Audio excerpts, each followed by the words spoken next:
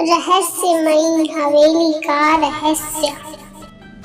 गांव के उत्तर में एक सुनसान और वीरान हवेली थी जिसे लोग काली हवेली कहते थे। कई साल पहले वहां एक धनी व्यापारी और उसका परिवार रहता था, लेकिन अचानक एक रात पूरे परिवार का रहस्यमय तरीके से अंत हो गया। कहते हैं कि उस रात हवेली से चीख पुकार की आवाजें आई थीं। तब से उस हवेली को शापित हवेली माना गया। गांव के लोग हवेली के पास जाने से डरते थे।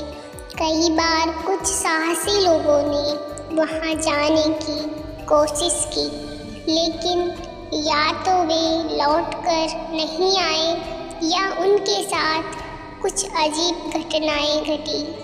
गांव में अयान नाम का एक युवक था। वह विज्ञान का छात्र था और भूत प्रेतों की कहानियों पर यकीन नहीं करता था। उसे यह सब अंधविश्वास लगता था। उसने ठान लिया कि वह उस हवेली में जाकर सच्चाई का पता लगाएगा और लोगों के डर को खत्म करेगा। अयान ने अपने कुछ दोस्तों को साथ लेकर चलने को कहा, लेकिन कोई भी तैयार नहीं हुआ। उसने अकेले ही जाने का फैसला किया। एक टॉर्च, मोबाइल फोन और कुछ रस्सी लेकर वह रात के समय हवेली की ओर बढ़ गया। हवेली के पास पहुंचते ही ठंडी हवा का झोंका आया। दरवाजे पर जाले लटके हुए थे और दरवाजे की चरमराहट से डरावनी आवाजें निकल रही थी। अयान ने साहस जुटाया और अंदर कदम रखा। हवेली के अंदर हर चीज धूल से ढकी थी। फर्नीचर टूटे हुए थे और दीवारों पर अजीब सी तस्वीरें टंगी थी। जैसे ही उसने पहली मंजिल की ओर बढ़ना शुरू किया, उसे लगा जैसे कोई उसके पीछे चल रहा हो। उसने पीछे मुड़कर देखा, लेकिन वहां पर कोई नहीं था।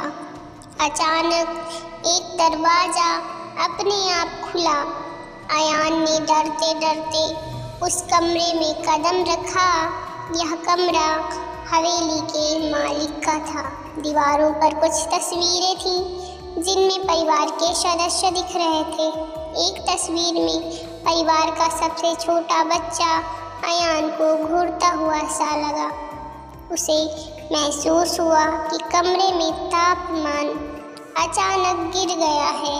उसने जैसे ही टॉर्च से कमरे को और अच्छे से देखना शुरू किया, एक कोने में रखी एक पुरानी अलमारी से आवाजें आने लगी। अयान ने हिम्मत करके अलमारी खोली तो उसमें एक पुराना बक्सा रखा था। उसने बक्से को खोलने की कोशिश की, लेकिन तभी दरवाजा तेज आवाज के साथ बंद हो गया। अयान को लगा जैसे वह फंस गया है। उसने बक्से को खोलने के लिए और जोर लगाया। जैसे ही बक्सा खुला, उसमें से एक पुरानी डायरी निकली। वह डायरी हवेली के मालिक की थी। उसमें लिखा था, यह हवेली शापित है। मैंने अपनी लालच और धन दौलत के लिए काले जादू का सहारा लिया, लेकिन मेरे कर्मों ने मुझे और मेरे परिवार को खत्म कर दिया। जो कोई भी इस हवेली में आएगा, उसे वही भुगतना होगा।